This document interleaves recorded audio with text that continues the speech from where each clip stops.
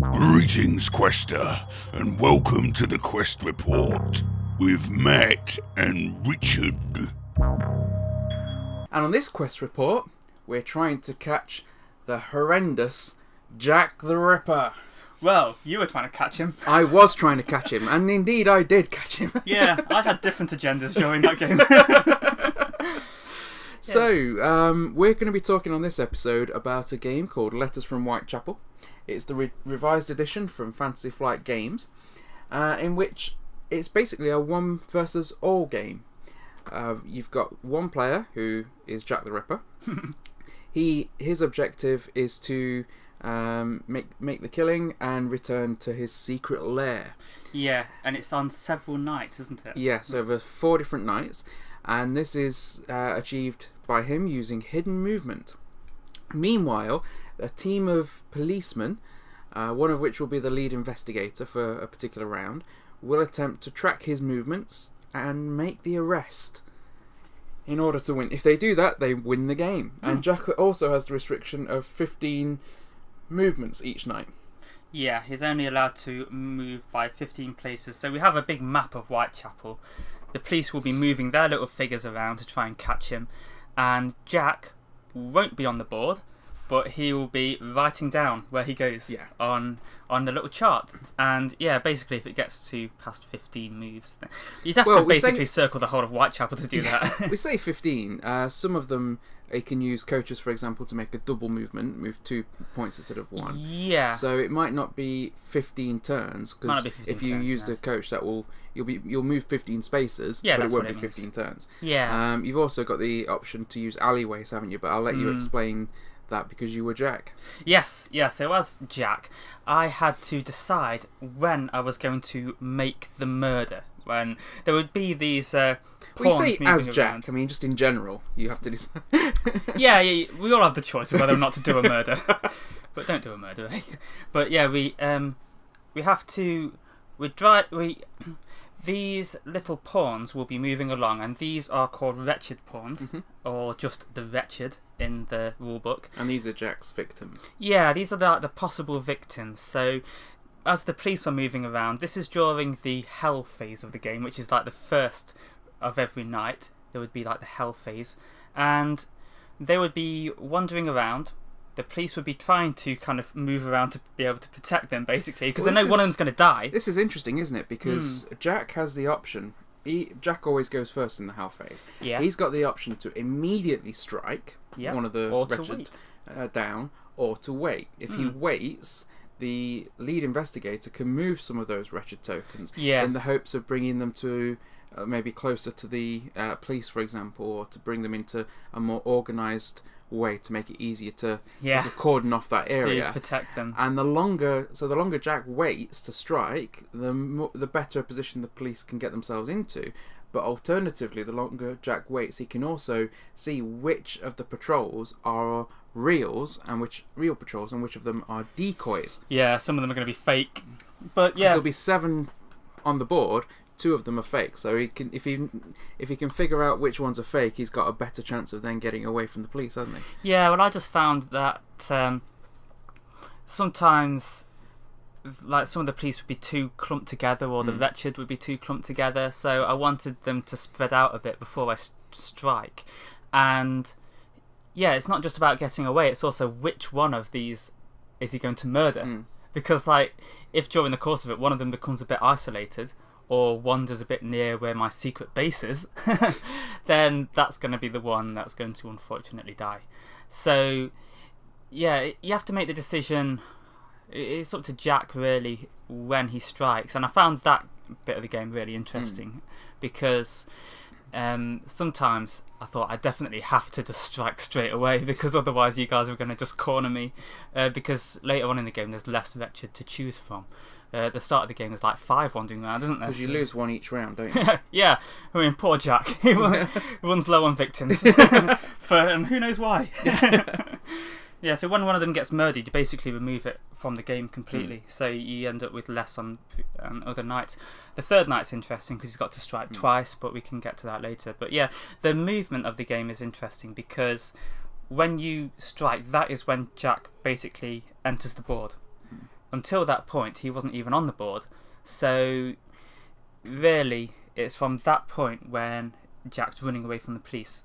And that's the point where we know where he is, because we know he's been at this location to commit the crime. And the board is broken down into two types of zones, isn't it? There's the numbered areas, which are the the zones that Jack himself will move between, and in between those there are little black squares, which are the crossings. That's where the police will be, and if they'll move to a crossing, and for example they've got the opportunity to do one of two things. They can look for clues to see if Jack on that night, and only on that night, has been in one of those adjacent numbered locations, and they can find up to one clue.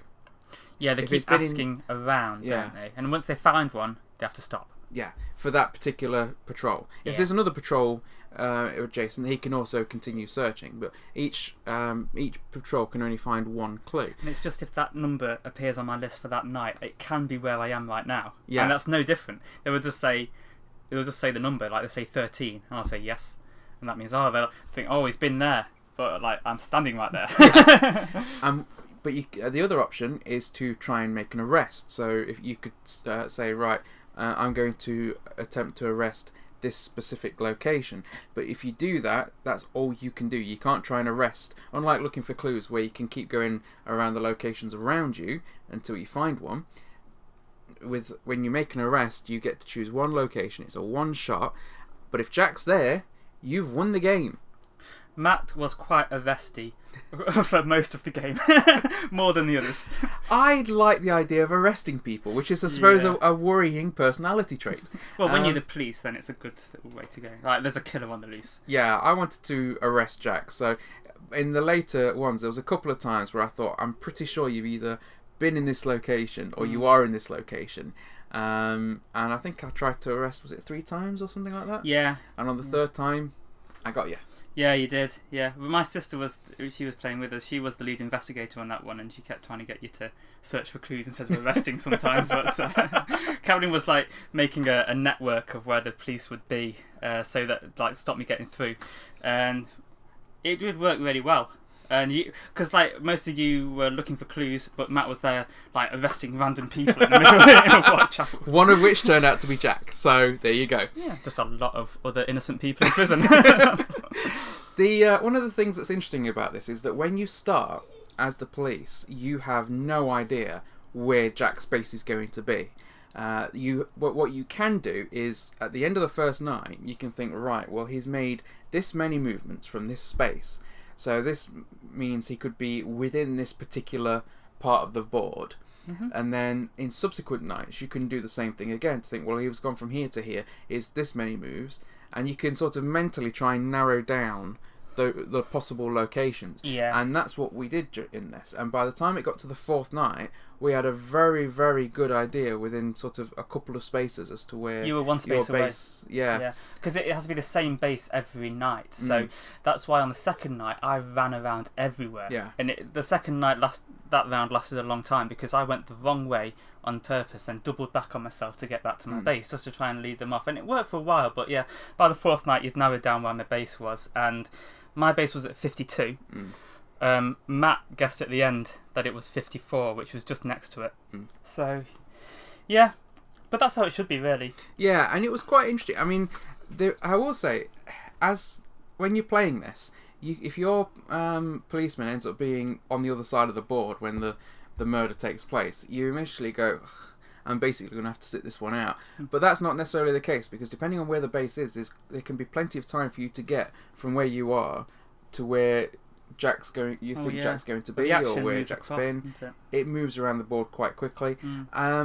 There are times where you think, I wish I could arrest after I've searched for clues, but that's the whole point. You've got to choose one or the other, and if you've got a real strong hunch as to where Jack is, then you better make that arrest, because if you don't, unless you've got another player or another patrolling right next to that spot as well, he's going to be gone by the time that you have another chance to arrest. Doesn't get in a coach. Yeah, or zipping through an alleyway. Yeah. And it is, generally speaking, it's quite exciting thinking, we're on the trail, we're catching up to where Jack is.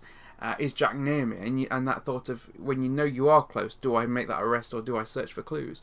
But generally speaking, there's not a great deal to do as the police in this. No, And apart from teamwork. Apart from teamwork. Which is nice, I think. And it's nice to work with other players.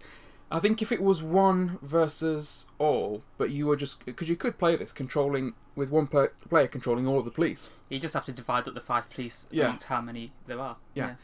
So one person could control all 5 of those. But I think in that case it'd be lacking because you wouldn't have that feel of... right, we're all in this together. Let's find this guy and trying to work out between amongst yourselves what to do and how to divide your patrols. It was quite good watching the discussions between you guys of trying to decide where it was, and I tried not to give away anything if one of you guessed very accurately, and it made me worried. So there is that. I do think that this is a very enjoyable game that a lot of people would probably enjoy from that perspective. Yeah. And if you what do you think about the role as Jack?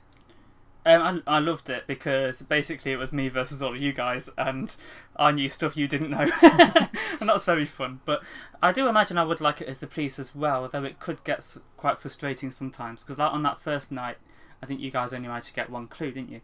And then I just declared that I was back at my base. I would find that quite annoying. But then the second night, you ended up getting quite a few clues. And you could have like proper discussions amongst yourselves about where you thought I would have gone. So I thought that was quite interesting. But yeah, as Jack, I thought when you really know what you're doing, which I had spent quite a few days reading the rules, so that's why I chose to be Jack, because it does say that the one most familiar with the rules should be Jack.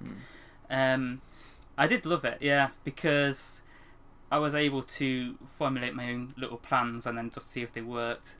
And I did a lot of trying to look at the wrong part of the board, because I know you guys wouldn't be being sneaky or anything, but you can't help but just notice like if I'm looking at one side of the board more than the rest. But this is it, you don't need to do that though, because you've got the board on your map. You've got right here is what's called the Jack screen. I was trying to look at you've got the map with all the locations on there as well, so you don't actually have to look at the board particularly as Jack, other than registering where the police are. Yeah, but I was having to note where all the police were, because I can't see that on my little board here. No. So basically I was trying to get a vague idea of what the numbers were here. I would like look at where I was, where I wanted to go, try and memorise that number, then look in the wrong place for a while, and then double check on here, and then write it down. And but yeah, all that stuff was fun. We only played the base game. There are different modules you can use within the base game, like there's certain cards that do different things, aren't they? And there is also the expansion, the Dear Boss expansion, I think it's called. Which you've just got, yeah. Which I've just got, and it does add a few different things. I mean, the first thing it does, which doesn't really affect the gameplay at all, is it replaces the little markers with different little miniatures. So you've got miniatures for the Wretched, you've got these little black coloured Jack markers, they just go and then on you've got which are only to track the round and how many movements Jack's done. He's never on the board. No, and then you've got little coloured policemen as well. So you've got red, yellow, brown, blue, green. They look like they're working harder than I imagined. Yeah. They're like running and blowing a whistle and trying to catch I think him. I might have to paint one up as Sam Vimes, but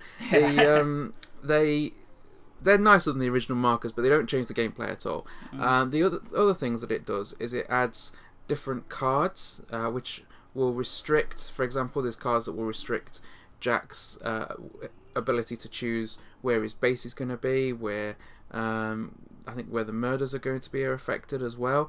There are ones that affect what special abilities the coach, the alleyways he uses, or may stipulate that he uses one on a particular round. Yeah, it constrains things a bit. Yeah, and it just alters, and it allows you as well to increase the difficulty, because there's it brings in difficulty settings of 1 through 4, which again are more based on what Jack can do. There's cards there for the police and also for the Wretched, which is interesting. So it adds, in some ways, it feels like it adds more historical information to the game. Because all those cards are all based on, for example, the Jack cards are based on actual suspects from the original investigation. Yeah. The Wretched give you information on the various victims of Jack the Ripper. Well, I think the nights that this is set on it's actual nights when murders happened. It was, and yeah. There is a lot in the rule book. There's little like clippings of, and it gives you information about different ones of the victims. So, and there are people that love, researching historical crimes, for example, with podcasts that historic, true crimes and all sorts of it's interesting. podcasts are based around crime. And this, I think, if you like that sort of thing, is almost a must for you, because you'll be able to have this game, but you'll also be learning about the history of it as well. Personally, I'm interested in those because I find investigations in themselves can be quite interesting. I've always liked crime novels and films and everything. But as a game, this is quite enjoyable, and I think I can play it with a lot of people. Right. Yeah.